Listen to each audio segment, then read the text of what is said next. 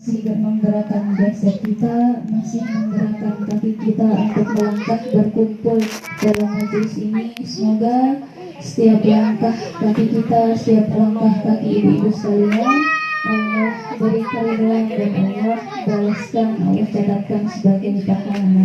Amin.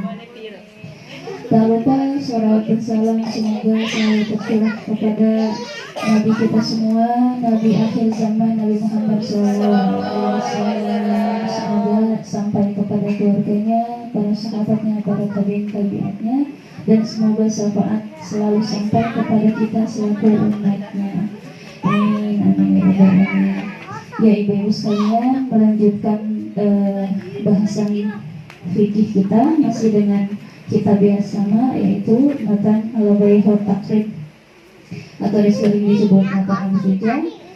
Saya tekankan lagi di sini kenapa saya pilih kitab ini. Selalu saya awali dengan begitu karena agar tahu ini berkiblatnya pada mazhab Imam Syafi'i, yaitu mazhab yang banyak di negara kita atau di Indonesia ya.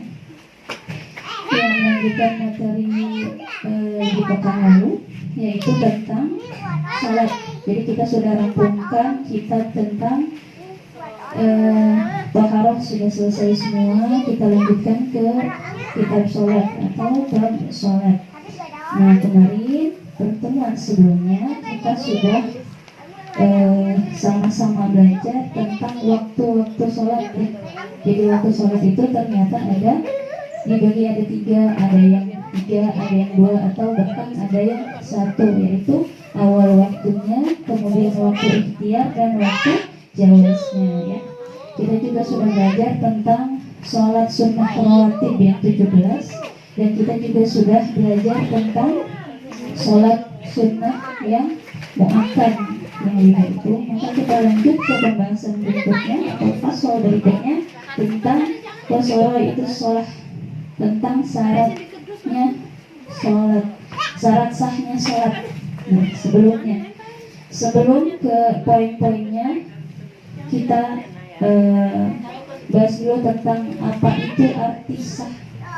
Ya, kalau kita sering dengar sah, artinya apa sih? Nah, artinya itu dimana kita punya harapan diterima ibadah kita oleh Allah Subhanahu wa Ta'ala ya. Sah itu bukan berarti pahala ibadah kita udah diterima, enggak juga Bu. Karena yang tahu diterima atau tidak itu bukan kita, tapi Allah ya. Makanya perlu kita belajar sah ini agar kita tahu syaratnya agar ibadah kita diterima ya. Sah itu, karena sah itu bukan hanya perkara lohir, bukan hanya perkara gerakan, tapi juga tentang niat kita ikhlas atau tidak, saat kita ibadah kita khusyuk atau tidak. Bahkan dalam riwayat pun dikatakan bahwa saat diterimanya, sekalipun kita ibadah, kita diterima ibadah kita, itu belum tentu 100%, bisa jadi setengahnya, bisa jadi seperempatnya, bisa jadi seperdelapannya. Maka perlunya ilmu untuk kita bisa melaksanakan ibadah dengan baik. Nah, pembahasan di sini ibadahnya adalah tentang sholat. Jadi bagaimana agar kita bisa melaksanakan sholat dengan sah, syaratnya apa aja? Nah, di sini saya bacakan dalam kitabnya dikatakan bahwa wasora itu sholat qabla dukhuli fiha khamsata asya'a. Jadi syarat sahnya sebelum melakukan sholat itu ada 5 perkara ya. Jadi ada 5. Yang pertama, taharatul a'dha'i minan najas, minal hadath wan najasah. Taharah atau bersih anggota tubuh dari hadas dan najis. Nah, di sini ada hadas dan najis. Sudah kita pelajari bahwa hadas itu ada 2 ya, yaitu hadas kecil dan hadas besar. Yang hadas kecil itu bisa hilang dengan kita wudu, namun hadas besar harus dilakukan dengan kita mandi wajib atau mandi junub. Nah, ini dasarnya landasannya dari apa? Dari Al-Maidah ayat ke-6. Ayatnya ya ayyuhalladzina amanu idza qumtum ila sholat faghsilu wujuhakum wa aydiyakum ilal marafiq wamsahu bi ru'usikum wa arjulakum ilal ka'bayn wa in kuntum junuban fatharu. Artinya, wahai orang-orang yang beriman, apabila kamu hendak melaksanakan sholat, maka basuhlah wajahmu dan tanganmu sampai ke siku, dan sapulah kepalamu dan kedua kakimu sampai mata kaki. Dan jika kamu junub, maka mandilah. Jadi di sini landasannya bahwa jika kita hendak melaksanakan sholat, maka perlunya kita untuk bersuci terlebih dahulu, baik itu dari hadas ataupun najis, baik itu hadas besar atau hadas kecil. Maksudnya di sini ada kata minal hadas wan najas dan najis. Jadi pastikan anggota tubuh kita tidak ada najis, ya. Jadi nggak ada bekas pipis yang nempel gitu ya, atau kotoran yang nempel. Nggak mesti kotoran kita, nggak mesti pipis kita, kotoran anak kita misalkan masih bayi yang nempel. Pastikan itu dulu, itu bersih dulu dari kita, baru kita siap untuk melaksanakan sholat. Itu yang pertama. Lalu yang kedua ada wasitrul aurati bilibasin thahir, yaitu menutup aurat bilibasin thahir, dengan pakaian yang bersih. Nah, ini menutup aurat jelas ya. Kalau laki-laki auratnya itu paling minimal dari pusar sampai ke lutut. Jadi kalau orang-orang haji itu biasanya ya telanjang dada sholat nggak masalah, karena memang auratnya di situ ya. Cuman kayaknya bakal aneh banget kalau diterapkan di Indonesia, yang mana ke masjid pakai sarung aja ya, nggak pakai baju. Karena kita juga harus punya adab,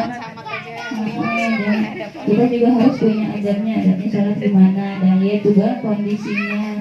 Terus kalau perempuan itu menutup semua bagian tubuh kecuali muka dan telapak tangan. Nah, kalau di Indonesia, balik lagi ke tradisi kita, biasanya pakai mukena ya. Kalau keluar itu jarang bu yang ngomongin mukena. Kalau nggak orang Indonesia gitu ya, biasanya pakai baju aja, yang penting menutup semua anggota tubuh yang boleh terlihat hanya wajah dan tangan. Tapi kadang karena memang kita terbiasa dengan mukena gitu ya, ke masjid lagi sholat jamaah, ada ibu-ibu pakaiannya panjang gitu, dia nggak pakai mukena. Kita kadang suka sedikit, apa sih kok sholat begitu gitu, kok sholat begitu pakai kaos kaki doang, pakai baju doang, mukenanya kemana? Padahal syarat sahnya sholat di sini dikatakan bahwa hanya cukup menutup aurat, tidak harus menggunakan mukena, nggak ada tulisannya di sini ya, hanya cukup menutup aurat kita. Jadi pastikan aurat kita sudah tertutup, yang harus ditutup kecuali muka dan telapak tangan. Itu yang hanya, nah itu menutup aurat maksudnya. Lalu gak cukup dengan menutup aurat aja, di sini dikatakan bahwa bilibasin thahir, dengan pakaian yang bersih, Jadi kalau mau sholat kita udah capek ngoprak gitu ya di dapur, yang punya warteg atau apapun, capek ngoprak di dapur, kita tuh nggak tahu kadang tangan gitu ya bekas apa, lap daster, lap aja ya gitu, lapnya di badan gitu sekalian dipakai. Nah itu ganti dulu, karena kita nggak tahu selama proses itu, mana tahu ya ada najis yang nempel, makanya ganti dulu, pastikan pakaian kita bersih baru kita lakukan sholat ya. Dasar dalilnya ada di mana? Ada di surat Al-A'raf ayat ke-31. Di sini firman Allah, ya bani Adam khudhu zinatakum inda kulli masjid. Wahai anak cucu Adam, pakailah perhiasan pada setiap kali sholat ke masjid nih. Nah ini perlunya kita belajar juga saat kita membaca atau memahami arti dari Al-Quran itu, nggak bisa plok langsung gitu. Masa di sini harus pakai perhiasan katanya, kita mau ke masjid pakai perhiasan, kanan 2 kilo, kiri 2 kilo gitu ya. bukan begitu ya. Bukan begitu artinya. Maksud di sini perhiasan adalah pakaian. Jadi pakaian, terus dari sholat, ya. Nah ini maksud perhiasan itu adalah pakaian kita, di mana kita itu terlihat indah dengan pakaian kita, dengan menutup aurat. Coba manusia semisal seperti sapi nggak pakai baju itu yang keluar, kelihatan indahnya, nggak kelihatan indahnya ya. Makanya ini dikatakan perhiasan, di mana aurat kita harus tertutup. Jadi pakaian, maksudnya perhiasan di sini pakaian kalian. Banyak dalil-dalilnya, banyak hadisnya juga ya. Cuma nggak mungkin saya bacain, saya hanya mencukil beberapa aja. Nah, untuk hadisnya ada dari hadis riwayat Tirmizi dari Aisyah. Beliau mengatakan bahwa Rasulullah bersabda, tidak diterima sholatnya wanita yang telah haid kecuali dengan kerudung. Jelas, kalau pakai kerudung berarti yang lainnya sudah mewakilnya, pasti ditutup. Gak mungkin pakai kerudung aja bawahnya, enggak kan ya Bu ya.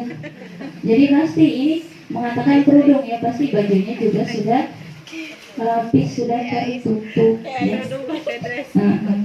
Maksudnya di sini wanita yang telah haid. Nah, telah haid itu berarti balik. Kita semua udah balik. Ada yang bilang pasti udah ya. Tapi memang ada loh, katanya 0,5% di dunia itu ada wanita yang tidak merasakan haid. Ada wanita yang tidak merasakan haid, tapi bisa punya anak. Ya bismillahnya begitu ya. Bismillahnya begitu. Yang maksud di sini telah balik. Ya. Lanjut. Yang berikutnya. Yang ketiga dikatakan di sini dituliskan bahwa walukufu ala makarin tahir. Wukuf artinya berdiri ala makarin tahir, di tempat tahir yang bersih. Jadi berdiri di tempat yang bersih ya. Kenapa di sini disuruhnya berdiri? Karena Allah itu senang. Dalam satu riwayat dikatakan bahwa Allah itu senang saat hambanya berdiri dan taat pada Allah. Makanya di sini dikatakan berdiri. Saat sholat pun, dalilnya pun pasti dikatakan saat orang sakit. Mungkin pernah dengar ya, saat orang sakit jika tidak mampu berdiri, pasti awalnya berdiri dulu. Jika tidak mampu berdiri, maka duduklah. Jika tidak mampu duduk, maka berbaringlah. Jadi pertama kali yang disuruh adalah untuk berdiri. Nah ini masuk ke dalam syarat sahnya sholat bila sehat. Catatannya bila sehat. Namun bila sakit semampunya, boleh duduk atau boleh berbahan.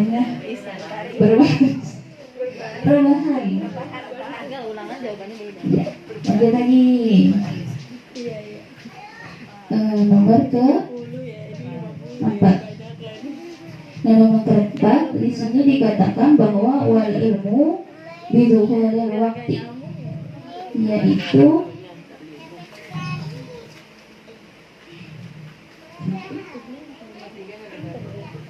nomor 3. Nomor 3 tadi sudah, atau ini ada dalilnya ya.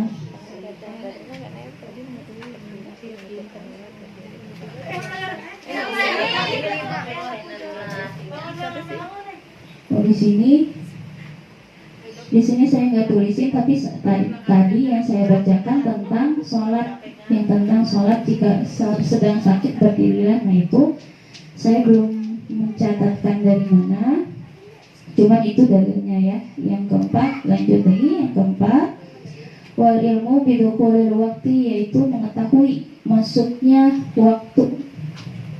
Jadi kita harus tahu nih udah masuk waktu sholat belum, harus dilakukan pada waktu-waktunya. Kemarin kita sudah belajar waktu zuhur, asar, maghrib, isya ya, subuh, semuanya kita udah belajar.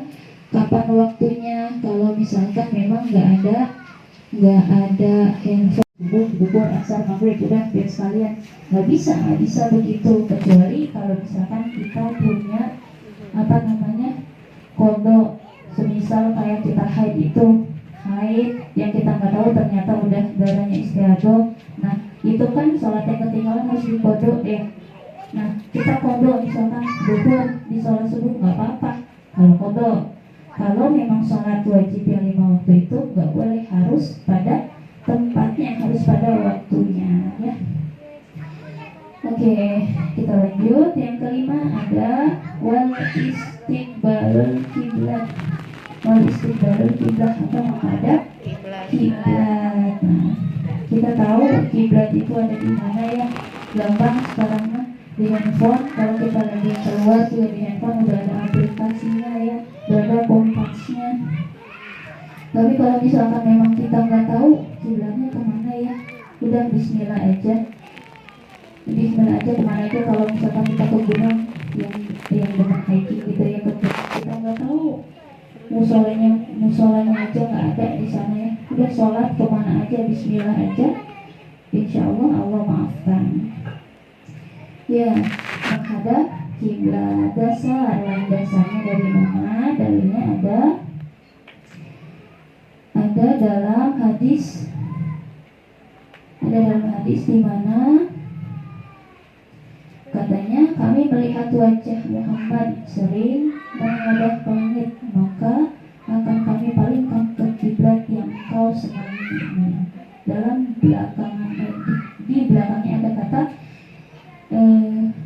yang engkau senangi. Kenapa yang engkau senangi? Karena dulu sebelumnya Nabi Muhammad pernah sholat tidak menghadap kiblat, tidak ke Masjidil Haram.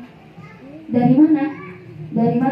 Taunya dari hadis riwayat Bukhari. Ini di situ dituliskan bahwa Rasulullah selama 16 bulan sholat ke arah Baitul Maqdis atau Masjidil Aqsa. Lalu setelah 16 bulan itu baru turun ayat yang dimana harus menghadap kiblat, yakni ke Masjidil Haram. Makanya kenapa di sini dikatakan kami melihat wajah Muhammad sering menghadap ke atas untuk meminta agar kiblatnya dialihkan ke Masjidil Haram ya. Itu tadi yang 5. Nah di sini yang kelima itu ada tambahannya, dituliskan dalam kitab wa yajuzu tarakul kiblah fi halatain. Boleh tidak menghadap kiblat. Nah ini boleh tidak menghadap kiblat di mana pada 2 kondisi. Yang pertama ada fi siddatil khauf, yakni sangat takut. Yang kedua wa fi mufilatifis safar ala rawahiyah, yakni salat sunnah pada safar atau di atas kendaraan. Nah yang pertama sangat takut. Mungkin sekarang nggak ada yang begitu ya Bu ya. Oh ada, masih di mana? Di Palestina. Langsung berenang. Jadi di Palestina itu yang kita tahu ya, perangnya nggak pernah berhenti. Jangankan untuk jalan-jalan, mereka untuk melaksanakan sholat aja dengan takutnya. Nah itu saat keadaan itu boleh kita nggak menghadap kiblat. Kalau misalnya kita nggak tahu nih kiblatnya di mana, udah saat keadaan takut itu boleh menghadap mana saja, insya Allah dimaafkan ya. Kalau zaman dulu saat peperangan gitu, Nabi masih perang gitu ya, bertahun-tahun, berpuluh-puluh tahun Nabi berperang. Nah itu melaksanakan sholatnya bagaimana? Karena was-was ya, ngeri gimana ya kalau misalkan musuh tahu-tahu datang gitu ya. Maka di situ boleh melaksanakan sholat meskipun kita tidak tahu kiblatnya kemana, boleh mana saja. Yang penting niatnya, yang penting sholat aja gitu ya Bu. Alhamdulillah kita udah sholat bisa dengan tenang di rumah. Paling kesekip sama anak nangis gitu ya, udah sholat aja, tinggal sholat dengan gampangnya, dengan mudahnya. Makanya perlunya kita sholat banyak-banyak sholawat sama Nabi, sama Rasulullah. Kenapa? Karena dengan perjuangannya Rasul, kita jadi mudah untuk melaksanakan ibadah. Dengan perjuangannya Rasul, kita jadi tahu bagaimana cara melaksanakan ibadah yang baik, yang betul, bagaimana yang sampai kepada kita ilmu-ilmunya. Bahkan zaman dulu, bahkan sampai ke Imam Syafi'i itu masih perlu menimba ilmu itu jauh, menghabiskan waktu berhari-hari. Nah, kita tinggal berangkat aja ya. Sekarang masih antar dulu deh, begini deh, begitu deh. Padahal kita udah tinggal menikmati gitu, duduk. Kadang kalau misalkan memang kita lagi nggak ada waktu gitu ya buat berangkat, gampang, handphone ambil, buka kajian, ya ustaz siapa klik, udah keluar semua dengan gampangnya. Karena apa? Karena perjuangannya Rasul, ya udah gampang sekarang, nggak perlu jauh-jauh. Mas di dalam GSI juga ini kita berkumpul di sini. Kalau kemarin ramai katanya, kenapa sih ibu-ibu pada senang banget berangkat pengajian? Itu jawabannya. Ya Rasul itu udah berjuang buat kita. Kenapa kita yang mengambil ilmunya gampang? Ya begitu. Terus katanya anaknya kemana ya? Ini anak-anaknya pada ikut ya, Masya Allah. Urusan ke urusan juga, ya. Dan terlebih dalam majelis pun kita banyak manfaatnya. Banyak mendapatkan hikmahnya, banyak mendapatkan manfaatnya. Bahkan ya kita tuh bisa jadi didoain sama malaikat. Karena katanya dalam satu riwayat bahwa malaikat itu menyimpan atau menaruh sayapnya dan mendoakan setiap orang-orang yang hadir dalam majlis ilmu. Kalau kata mama bertua ya, mama kalau lagi doa, kalau bisa kamu jangan kamu yang doa yang lebih sempuh, yang lebih makbul. Makanya saya mintanya Bude aja, Bude doanya Bude kata mama begitu, lebih makbul. Nah, orang tua aja yang memang masih melakukan kesalahan gitu ya, yang manusia biasa, makbul, apalagi kita didoain sama malaikat. Ini Masya Allah, masa nggak mau begitu? Lain kali Bu Mega ajakin kajian kayak gitu. Ayo. Diundang. Apa sayang undang. Nah itu tadi. Kembali ke bahasa. Siapa?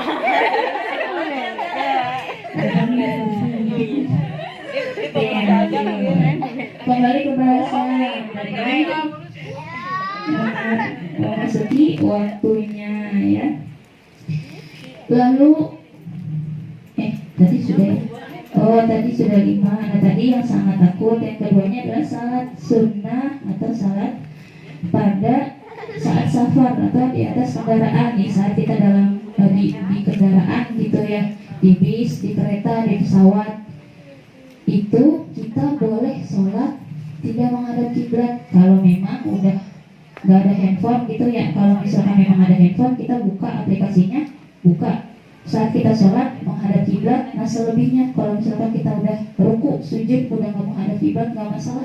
Yang penting kita sholat awalnya ke kiblat, menghadap kiblat. Seterusnya kita udah nggak menghadap kiblat, nggak masalah. Kalau memang masih ada aplikasinya ya.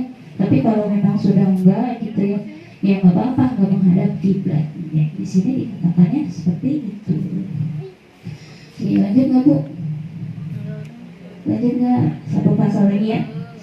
Ya lanjut ke pasal berikutnya tentang wa arkanus shalah.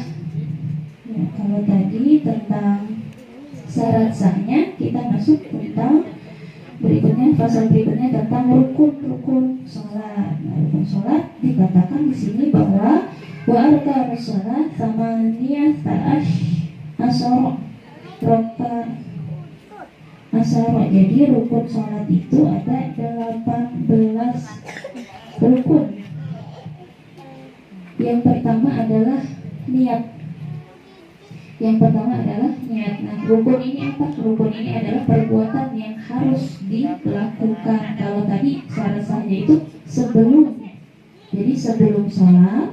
Kalau rukun ini adalah syarat yang harus, hal-hal yang harus dilakukan. Ya, itu maksud yang dimaksud rukun.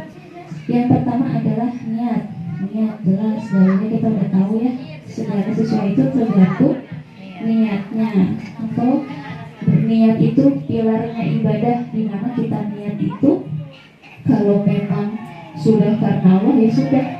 Ini kadang nggak diterimanya, kita bingung antara diterima atau nggak diterima itu dengan begitu, dengan niatnya ada nggak di dalam hatinya sedikit pengen dilihat orang gitu ya.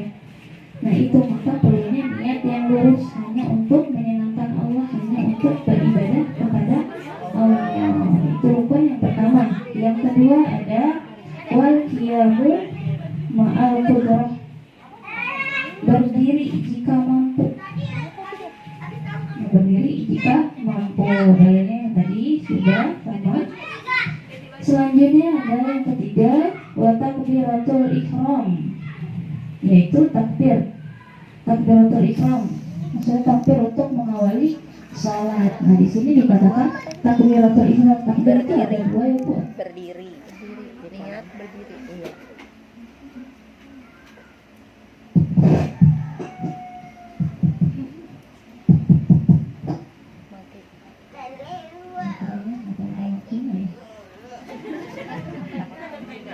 Iya dikit lagi deh. Iya tadi takbiratul ihram, jadi takbir yang pertama. Nah ini masuk rukun, yang masuk rukun hanya takbir yang pertama. Jadi kalau misalkan kita udah ruku nih, sami Allahu liman hamidah, takbir lagi, terus habis sujud berdiri lagi takbir, itu kita lupa mengangkat tangan. Gak apa-apa, gak masalah, karena rukunnya itu hanya di sini, di yang pertama aja ya. Terus yang ketiga adalah warwal i'tidal, yakni ruku dan i'tidal. Ini juga masuk rukunnya, ruku dan i'tidal. Kalau untuk bacaannya banyak juga ya, makanya banyak ikhtilaf. Yang sering kita baca yaitu bacaannya, cuman kadang kalau kita belajar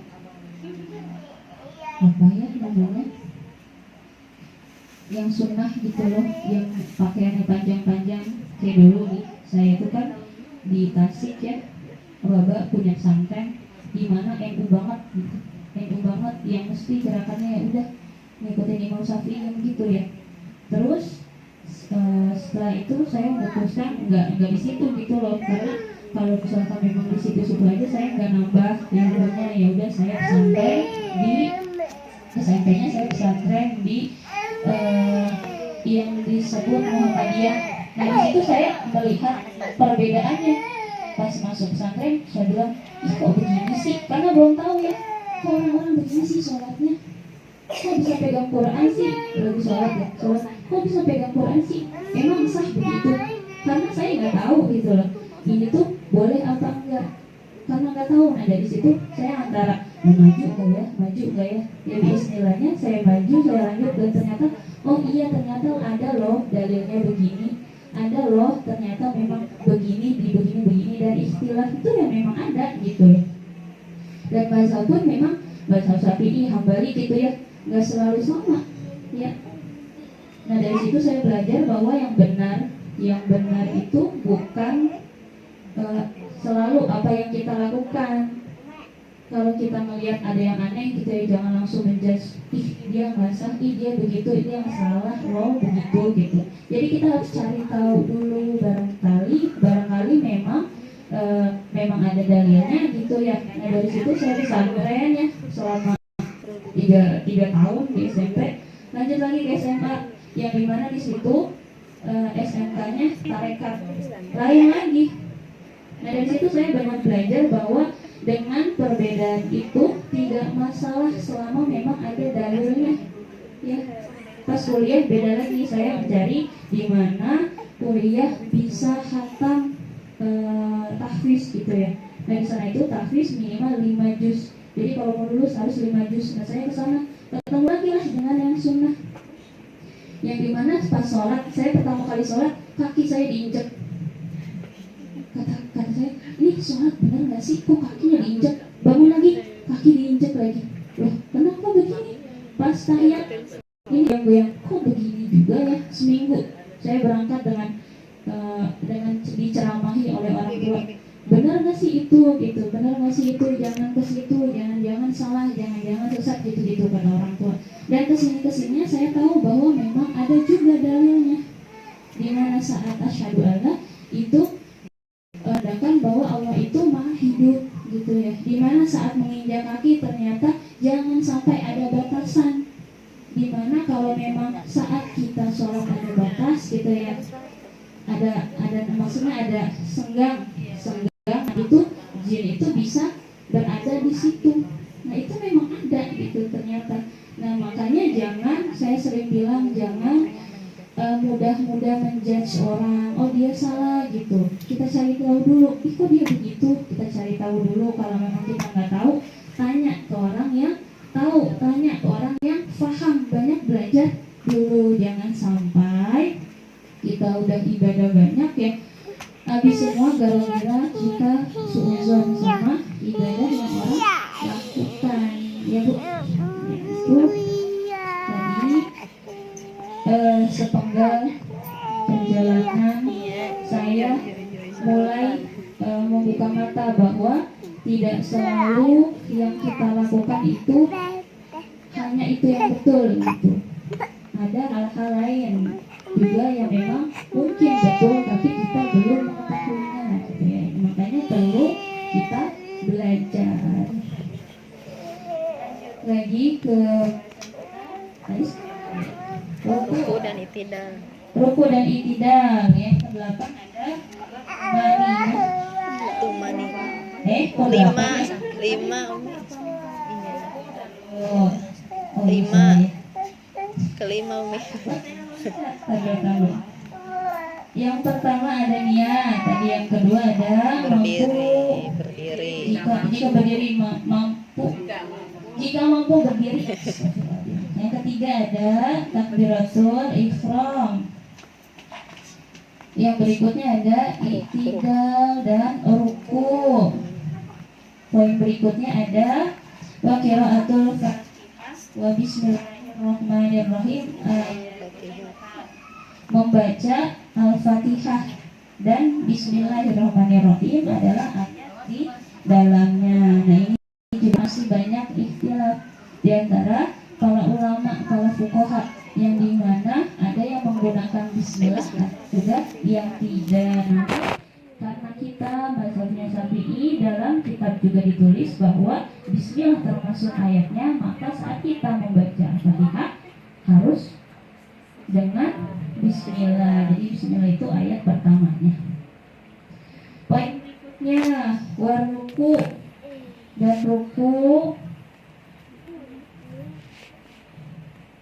ruku itu tadi berapa ya? 4 dan itidal. Satu